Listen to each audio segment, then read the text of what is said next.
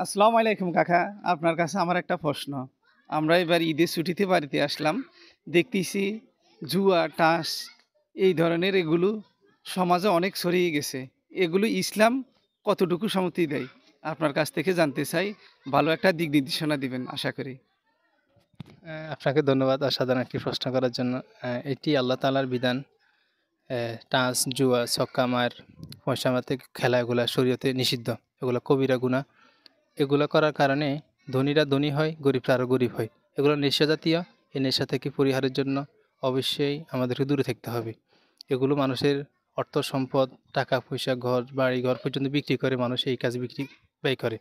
এটি আল্লাহ তাআলার বিধানের নিষিদ্ধ একটি বিধান। এই বিধান থেকে আমাদেরকে অবশ্যই নিজেদেরকে দূরে রাখার জন্য চেষ্টা করতে হবে।